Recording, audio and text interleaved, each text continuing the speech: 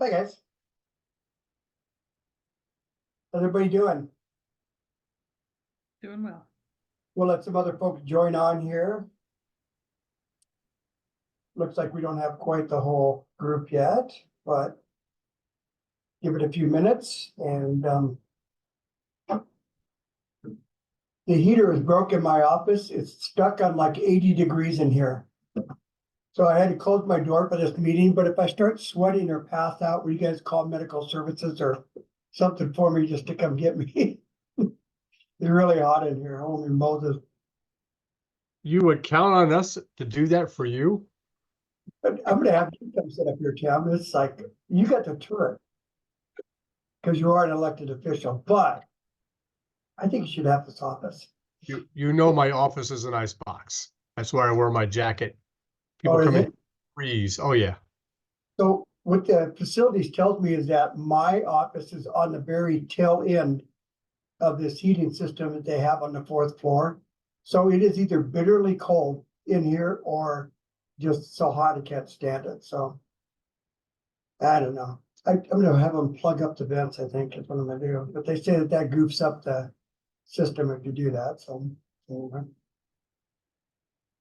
All right. Colin, what's going on? How was your trip to Houston? I think you know how that went. That Yeah, was pretty fun with funny, huh? American Airlines. Good Lord. That was just crazy, wasn't it? Yeah. Justin, how was it? Aaron, how was it? It was good. We had a good time. Good. We kept Aaron under control because Good. left to his devices, he would have been wild. Yeah, I was a problem for sure. Yeah. Aaron and the judges. Yeah, we had a solid time, and I made sure that we got the official photo. So Very There's good. there's evidence that you were there. yeah, see, I have the whole collection on my desk. So I was very excited we got that. So, but we all had a good time. I don't know about Colin, but it was so frustrating. I got up at 3, got ready, finished packing, Yep. look over my phone, they rescheduled it. And Yep. then like, well, I'll go back to bed and then get back up and jump on that plane. Then they rescheduled it again. Then it ended up like 5 at night or something was the last one I saw. Yep. It was frustrating. It was. They give us like 2 minutes or 10 minutes to make our connection in Houston airport or something like that. And they're like, you're not gonna make your connection. So, No, and I talked to a representative too, and they're like, she's like, I can make that. I'm like, oh, good enough. So anyway, I really wanted to go down there, but I guess Mother Nature would have it a different way here for us, so. It's lucky coming out of, see, when you guys went down there, Aaron, was it rough, the weather rough when you went in? No, I don't know if Justin can weigh in, but we think the plane from Dallas didn't make it into Spokane the night before or something from previous thunderstorms. So I think they were just so jacked up from previous weather. Right. That's essentially what happened. That the storms were so bad in Texas the day before. Those storms, I was in Nashville for the Prosecutor Independence Conference. And so we actually had to go around that storm front. We went down to the Gulf and then over because it was so severe. There were several people that had died that day in Oklahoma because of the storms that went through. So it's Yeah, been a tough spring. well, you know, and that, I was talking to the JMI folks earlier today, and that's like, they should really plan those things if they're gonna do a spring one, not in the south. And not, at least not from March to May anyway, you know. Well, they announced next year's meeting, which will possibly be the last the last SJC meeting, getting my acronyms mixed up, and that's going to be in Chicago, April 16 to 18. So Okay. that is possibly the last one that we'll have as part of the grant process. But That seems like it's a little more doable. yeah, so fingers crossed. Okay, well, let me get started here real quick and get the official business out of the way. So welcome to the May 15th meeting, Spokane Regional Law and Justice meeting. We always kick it off with a public forum to give opportunity to talk. There is a 3-minute limit per person. So Today's SRLJC meeting will begin with public comment for up to 15 minutes. As a reminder, there's a 3-minute limit per individual. Speakers should address the matters which they are within the powers of the SRLJC to do. Speakers should also identify themselves and address the chair.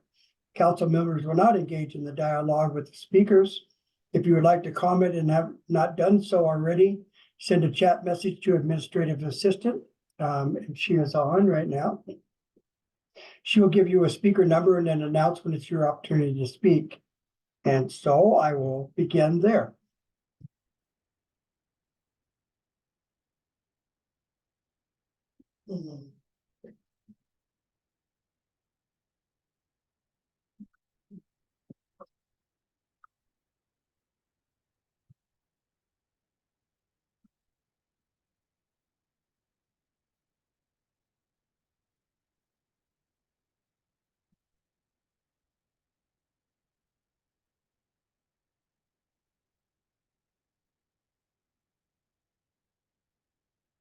Give a few minutes for them to respond, about 7 after, and then at least that's by my clock anyway.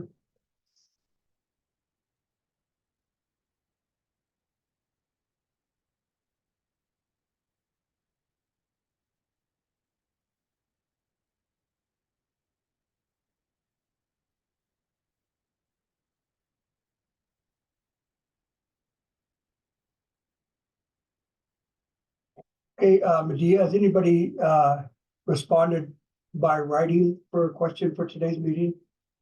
Not at this time. Has anybody responded by the telephone or by computer to speak at the meeting today? No speakers at this time. Okay, at this point, not having any comments being levied to the board, I will close the public forum and move on to the next item on the agenda, which is the approval of the March 13th, 2024 minutes. Do I have a motion, please? Motion to approve. Do I have a second? Second. Second, okay, I have a motion and a second. All in favor, say aye. Aye. Any opposed, say nay. Motion carries. We're moving on. Okay, now it's a MacArthur update. Now I'm going to start picking the brains of what's going on. Just from your perspective, Justin, those that made it on, would you spend a minute just talking about the MacArthur conference and, you know, some of the things and the valuable things you picked up from the conference? I will qualify up front that we won't hear officially from MacArthur on our capstone until June. We're going to set up a core group meeting in between now and then to sit down and really kind of talk over some of the points and some of the things, the nuances for the capstone grant in anticipation that it's going to pass. I'm hoping all are in part. And so we can talk through some of those measures and what our steps are going forward. And then we will also be trying to set up a JMI visit in July. Shortly after that, we get the information to start moving forward with some of those things that we find out from the capstone. So that's kind of just the background on some of the itinerary moving forward. So Vice Chair, I'll hand it off to you first. So thanks, Mike. The group that made it down to Houston, as many of you may have heard at the beginning, we had extreme weather issues last week getting down. The flight that everybody was on in the morning, minus myself and Judge Fennessy, was delayed by 12 hours. And so there were 3 hardy souls that were able to negotiate with American Airlines and get themselves on different flights. Aaron Stromberger from oh my God, Aaron, pretrial services. Sorry about that, Mitt. Judge Kristen O'Sullivan from Municipal Court and Judge Tony Hazel from the Superior Court. So Judge Hazel, Judge O'Sullivan, Aaron, myself, Judge Fennessy made it to Houston. So we were about half strength, where Mike and Katie, Colin, and Victoria Bloomhorst were unable to get additional flights, which is a crying shame because it was a good conference. It was some of the, I think the best news that we've received as a site on MacArthur in a while. While we don't know what we're going to get, it does appear we're going to get an award. And I'll be honest with you, the mood in our group changed dramatically when we talked with RJMI people on that Thursday morning when they gave us that bit of news. We were pretty sort of down going into the conference on Wednesday, fearing that we would not get an award, and this may be the last time we're able to sort of convene with that group. And so it felt a lot better on Thursday and Friday. The meetings were a variety of different topics. A lot of what our judges went to dealt with continued case processing. I went to one a group that was dealing with struggles with messaging. I think that Judge Fennessy, you joined me on that one with messaging about our successes, because that's one of the things that there's a real perception in the community, regardless of the statistics, that crime is out of control and that we have dramatic issues with violent crime in many areas where we haven't. Additionally, messaging on our successes with reducing our numbers in our jail. And so that it felt like there were several of the sessions that we went to that were very, very useful. And again, being able to talk with other sites, being able to sit in a room with other prosecutors going through the same issues. Literally, when I was sitting in the prosecutors group, Lucas County, Ohio, which is Toledo, their problems sounded almost identical to ours. And so we're not alone in this.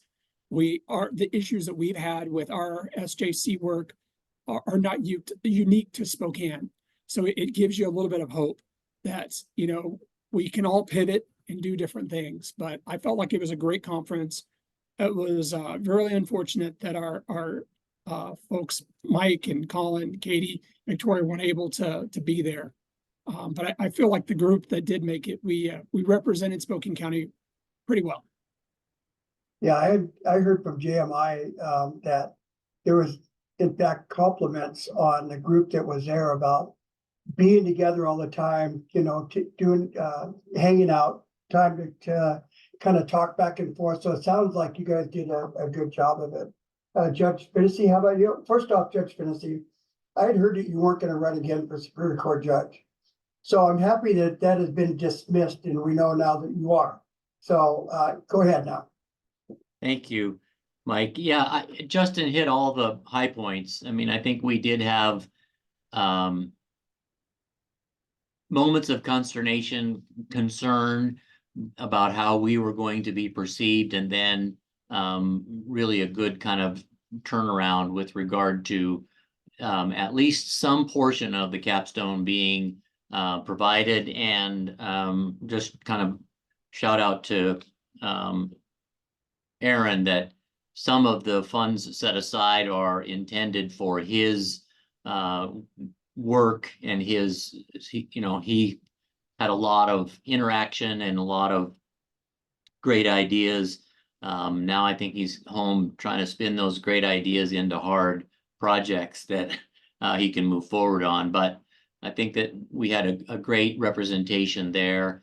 I think the messaging is very, very hard at this time, but the focus down there was it's about the community, and that we need to make sure that we're not letting people misdirect that it's about crime. It's about safety in the community, and that, you know, some of the success stories were about that messaging and the idea that we're helping people return by giving these services, and that we have to continue to make sure that we're addressing those issues.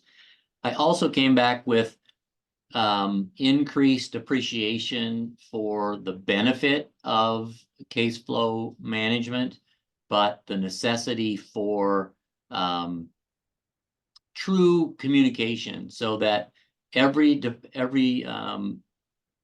jurisdiction that we spoke to or that we listened to was having the same difficulty. There seems to be there is obviously a lack of lawyers, particularly in the public defense area, but also in some prosecuting attorneys' offices. And my own experience here has been that I certainly was slow on the uptake with regard to some of that donut hole, if you will, in occurring, and then what that does to case management. We got some good ideas from various courts, particularly a court in Texas that put on one entire session that I think a number of us went to, Judge O'Sullivan, Judge Hazel, and Aaron and I. And then they were also presenting, or at least present, at the judges' breakout session on the next day, on Friday. And it gives us, I brought back a form. I think that Judge O'Sullivan challenged Justin with the form, and it provides the deadlines for each step along the way. And those were mostly misdemeanor cases, but it gives us an idea of how to come up with such a format, perhaps in working with even our felony cases, and then getting buy-in from counsel on all sides that these are the goals, these are the targets, and then creating a little bit better record that, okay, this has happened. We've got new counsel that's come in. That doesn't take us all the way back to day one, but it does drop us back on the grid, perhaps, to where are you on discovery and how much do you need to catch up on as new counsel, and can we begin with that new deadline as opposed to something different. So it's something now to at least sink our teeth into back here and try to develop a tool that would work. But I was very impressed. I thought it was wonderful. I was, as everyone gave me a hard time, I was the lucky one that scheduled a way down that went very smoothly. My return trip was not quite the same, and so I got back at dark 30 Saturday morning. Super. Aaron? Yeah, they've covered most of the ground already, but it was just nice to have the city, Justin and Judge O'Sullivan there as well. I felt a real spirit of camaraderie and unity, even though we have, two separate jurisdictions. It was nice to kind of be of one mind and think about strategies to bring back from the conference. I also appreciated the timeline standards, that seminar that we went to.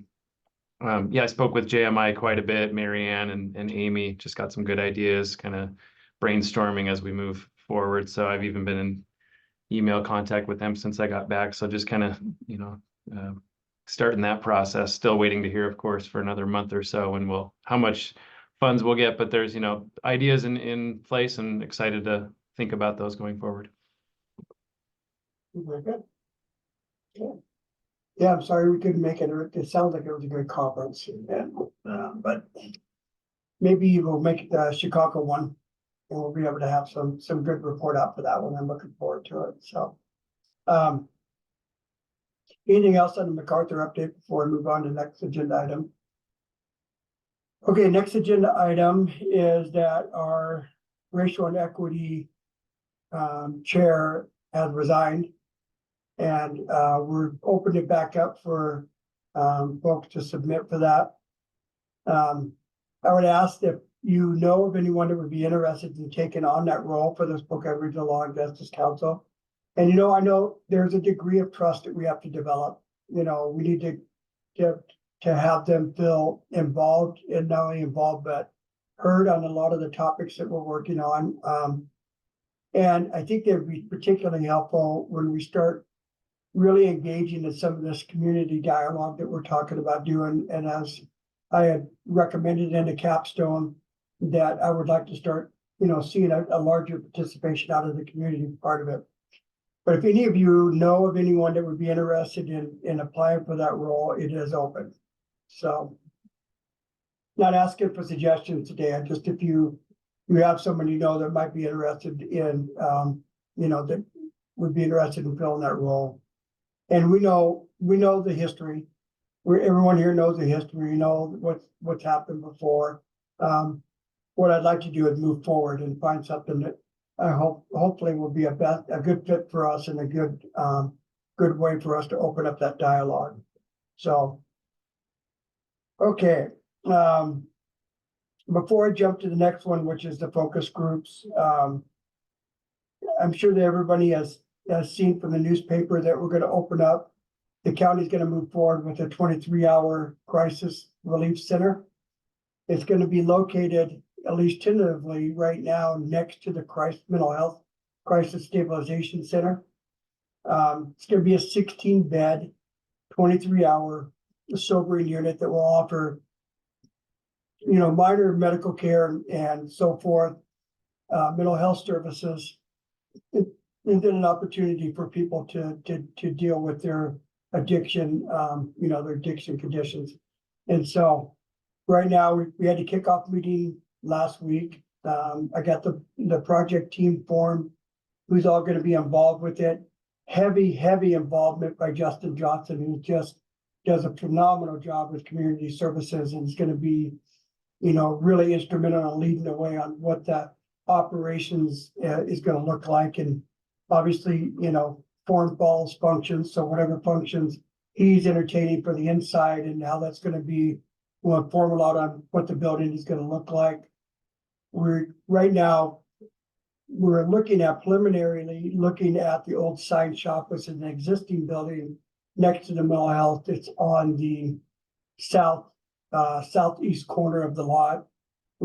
Have some connectivity to it, so that we're hoping that we can make a continuum there if we need to, and just develop some kind of a strategy or model around that portion of it. So tentatively, that's where it's at. We're going through the land use, you look at it and all the other details that go along with the project. That's kind of the high level. The charter's developed. The project is underway. There'll be more details as we go. We're looking at alternative delivery methods, which, we have to make application for that in August, with hopefully an appearance for the actual approval process is sometime in September. So there's going to be little details along the way that I'll be able to share with you along that side. The 1511 Medicaid dollars, obviously a big discussion right now, in billing back from Medicaid. We're looking at some strategies within the jail to kind of recoup some of those costs as well, working with Justin Johnson's group and trying to, just get a better picture of how that infrastructure would look and what the billing mechanism would be to build back for those services. It's also in works right now, and working with that group that's been assigned to that task force group that's working on those for the county. Aside from that, I already mentioned about scheduling a core group meeting. I would shift it over now to the focus groups. And before I do, I know a lot of you have just been as busy as I have. I know you've been slammed and a lot of things have been going on.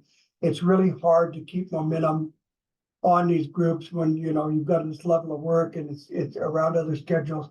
But all that you've done, I appreciate, as far as keeping these focus groups on the table.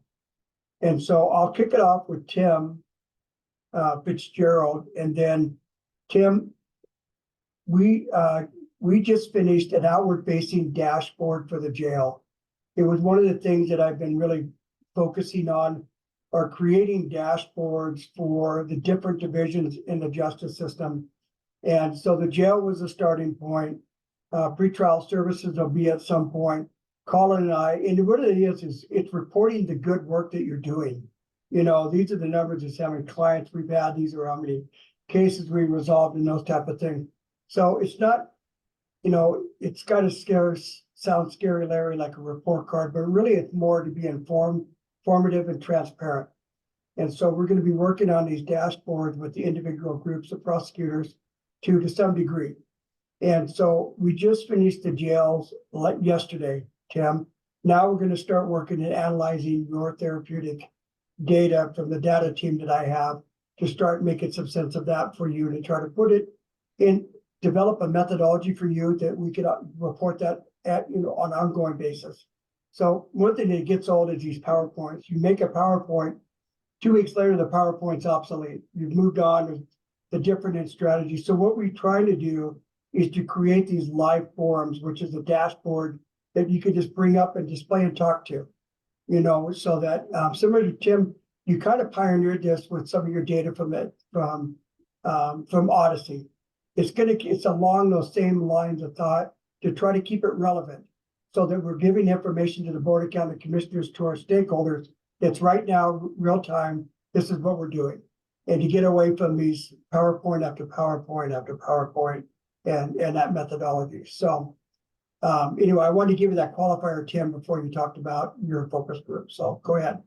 No, I appreciate that. I mean, that's in line with, adding the civil protection orders and Blake information to that dashboard so folks can see all the stuff that's happening that's being done on their behalf. But Yeah. so our work group, we haven't met. I got our dots misconnected, got our wires crossed to have a meeting, but we've been working pretty steadily on providing a lot of data to Mike's data team. And that was for municipal court, superior court, and district court. So we put a series of questions to look at processes, to look at numbers, and to look at data and outcomes. And all 3 courts have answered all these questions in great detail. All of that information was sent over to Mike's data team to build us a baseline document of data to see where we can start from. Mike's team's been working on that. Mike and I and his team are meeting on Monday of next week to discuss kind of where we are on that data input and what's been happening. So that's the first thing we're trying to do, is just look at our processes and our outcomes to see it. Okay, where are we at right now? And then where should we go, or what direction should we head in? The second thing is called a water report, which stands for the Washington Therapeutic Courts Assessment and Review Tool. That comes out of AOC, and it's all part of the Center for Justice Initiatives. This is a survey. It's a detailed survey. It's 6 individual modules that evaluate the processes and the outcomes of all our therapeutic courts. One of the initial things we did as a work group was to identify what therapeutic courts are in what courts. And we have that whole list now of which each court has and what type of therapeutic courts do they have. And then from there, we've discussed maybe having the folks come out and do this assessment, this water assessment. And I believe, Judge Fassbender, remind me, didn't district court already do this?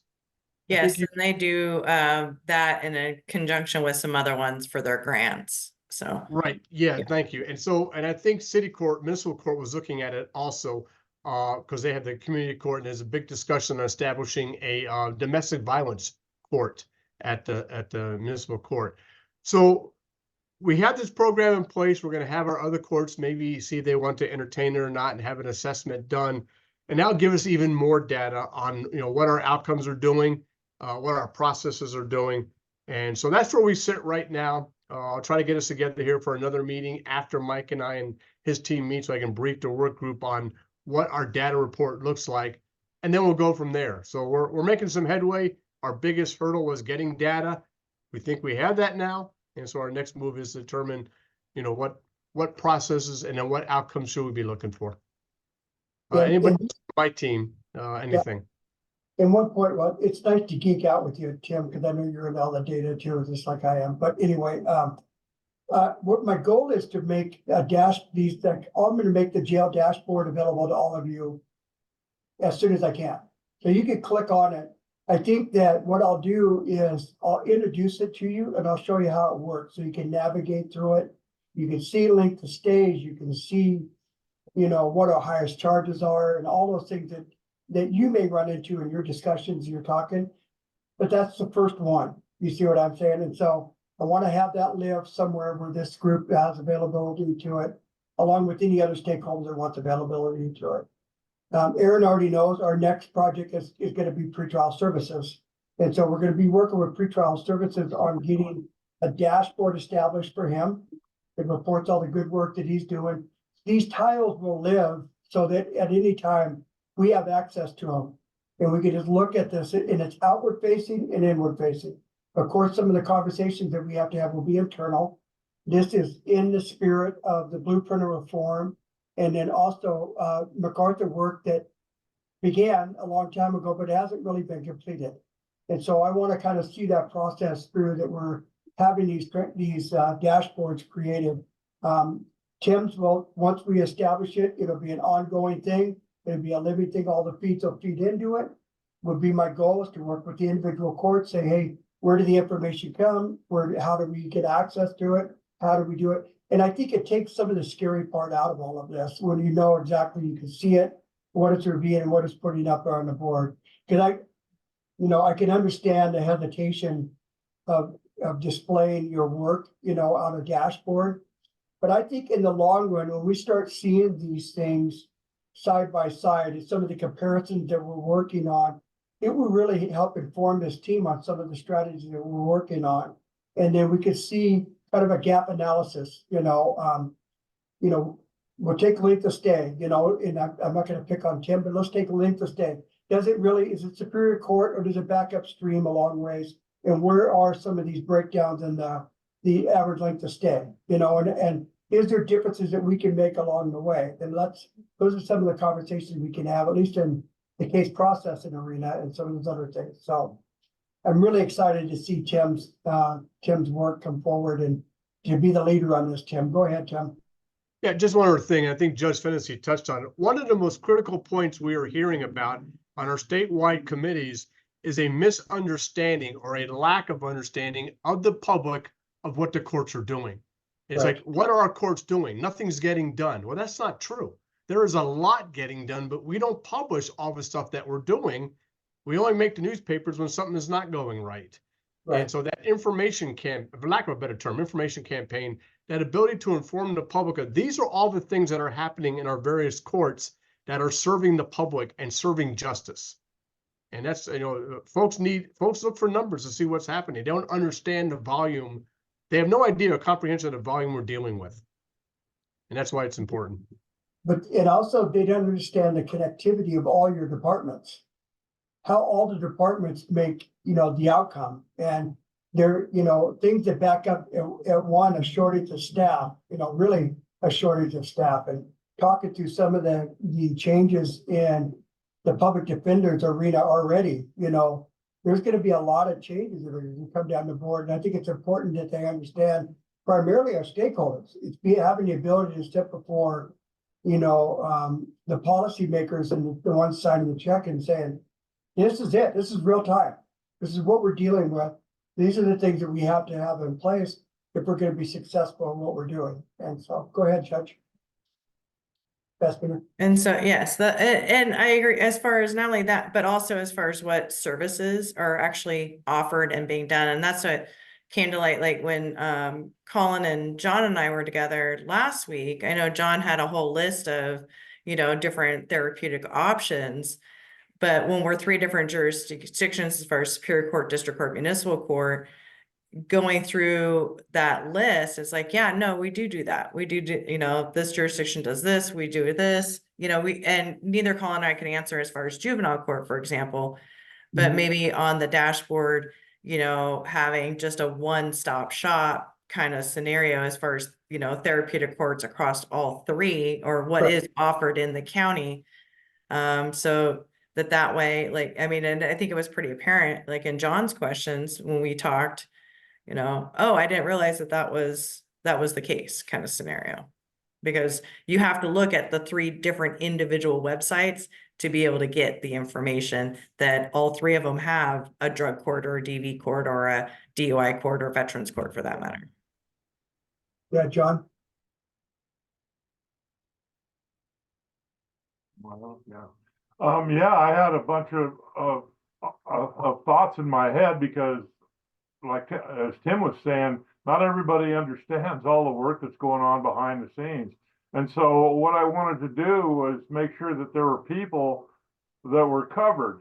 And thank you, Judge Fassbender, for sending me along those links. I spent a lot of time in looking at those and see. And with the therapeutic course, there's overlap. I'll just put myself in that position. I'm a recovering drug addict, a convicted felon, and a veteran. So I qualify for, if I was to go into court, I qualify for a number of courts therapeutic courts that I can go into. So I appreciate being able to learn about that. It is important that we the public understands about the therapeutic courts, and here's why. In November, the people said no to a new facility. And so therapeutic courts are going to begin to play a big role in keeping our numbers down of people who are using detention services. And the public needs to know about that and what we're doing with regard to that. That's the position we're put in. And so I think one of the takeaways I had on the whole thing, I talked about, well, we need to Colin and Judge Fassbender, I said, we need to expand this. And I said, we need to add some. And Colin said, I think what you're talking about, John, is expanding what we already have, because we are covered. We do have a lot of therapeutic courts and are working across in all 3 courts. And so in studying some of the work that Judge Fassbender sent to me, it's on our website. It became clear to me that therapeutic courts comes down to public defender approaching prosecutor, and ultimately the prosecuting attorney makes that decision. Excuse me. So my thought is to paint those qualifications, how you qualify for therapeutic court, with as broad a brush as we possibly can, and allow people in there, even on the slimmest measure of qualifications. Because for one thing, like I said, we're not getting a new facility, so we got to work with what we got. And secondly, I really believe therapeutic courts are critical, because it puts the person who is struggling in a position to have to make some choices. In other words, accept responsibility for their predicament. And that's the first step in recovery and becoming a citizen.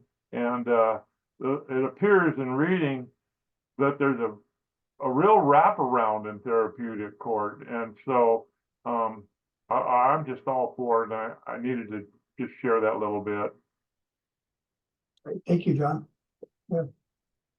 Anybody else on therapeutic courts? Oh, Terry. Yes. So I'm a huge fan of therapeutic courts. And Cheney, we had a therapeutic court model since 2006. So, but then, stood up the official one with the grant funding. But what I found is that with the way the world has changed in the last few years, how do we create more of an incentive for people to enter into therapeutic court? So we don't send people to jail. So the stick is not, heavy enough, for them to want the carrot. And that sounds kind of rough, but it is true. And so it's like, I'll just take the guilty plea. I know I'm not going to go to jail. It's a conviction on my record. I already have a whole list of those. That doesn't make any difference. And really, I just want to get back to using.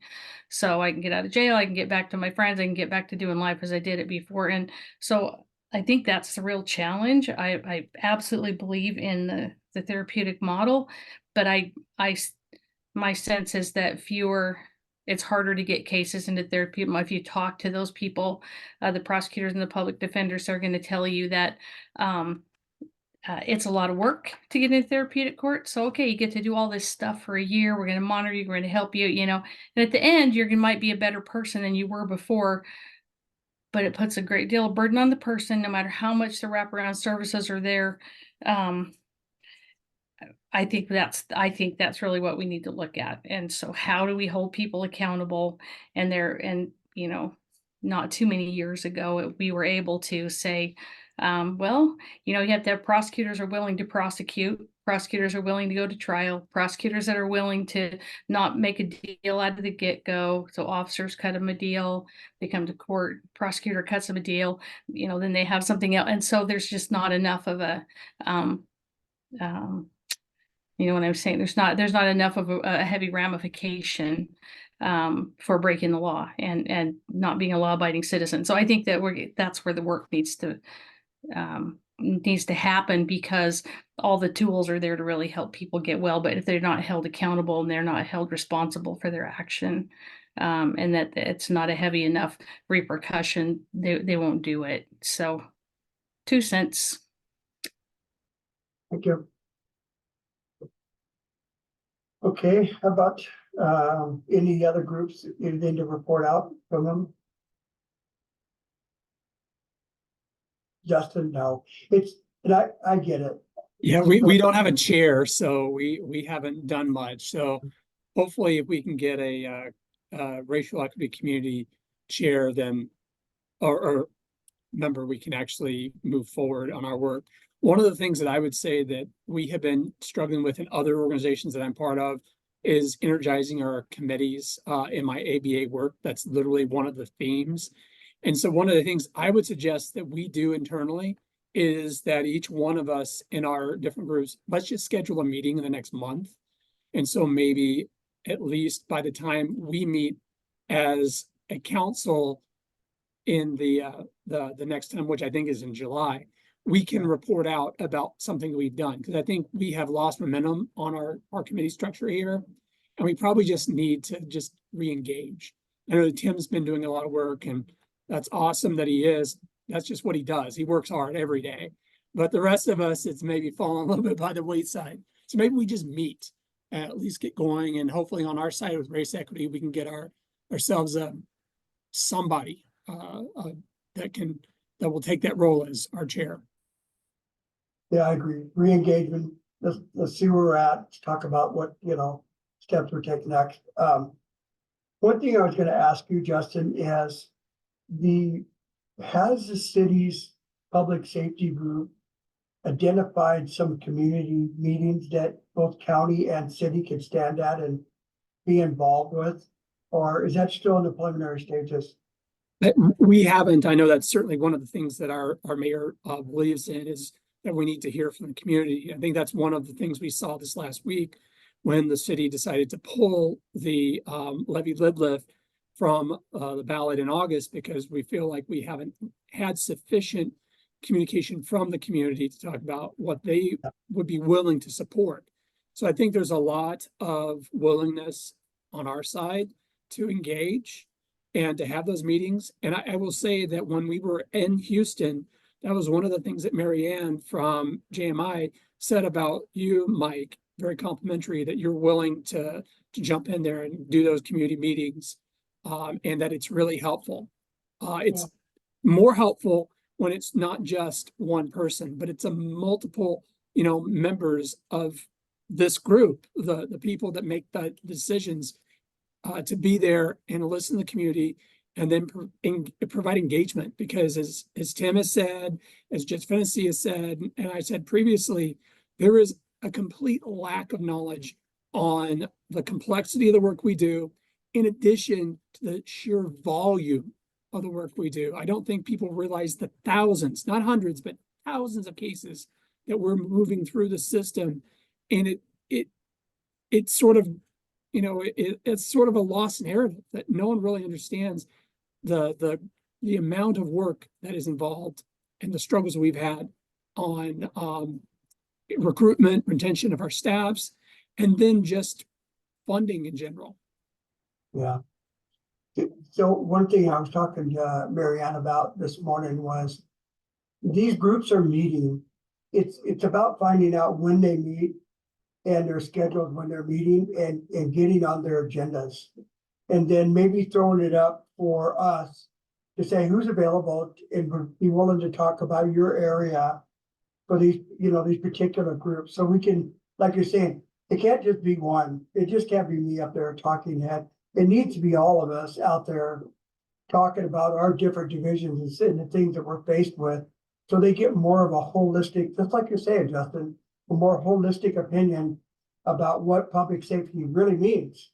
It's not just about the cop. It's not just about the jail. It's not just about, there's a lot more going on internally than most folks are aware of, And so that was a strategy I kicked out there, Justin. I don't know if you could run it by your team, but I was thinking that might be a way to do it. It's just start little, get with the meetings that we know that are occurring, and see if we can perhaps get on their agendas, I agree with that, Mike. The city, we have our internal, essentially department head meeting that involves criminal justice. I believe we have one this week, and I can bring that up with Maggie, who leads those meetings. But I think you're right. It's got to be us going to the community and intentionally engaging with them. We can't wait for people to show up for us. we have to be more engaging ourselves. Yeah, the jail's a finite building. It only has so much space in it.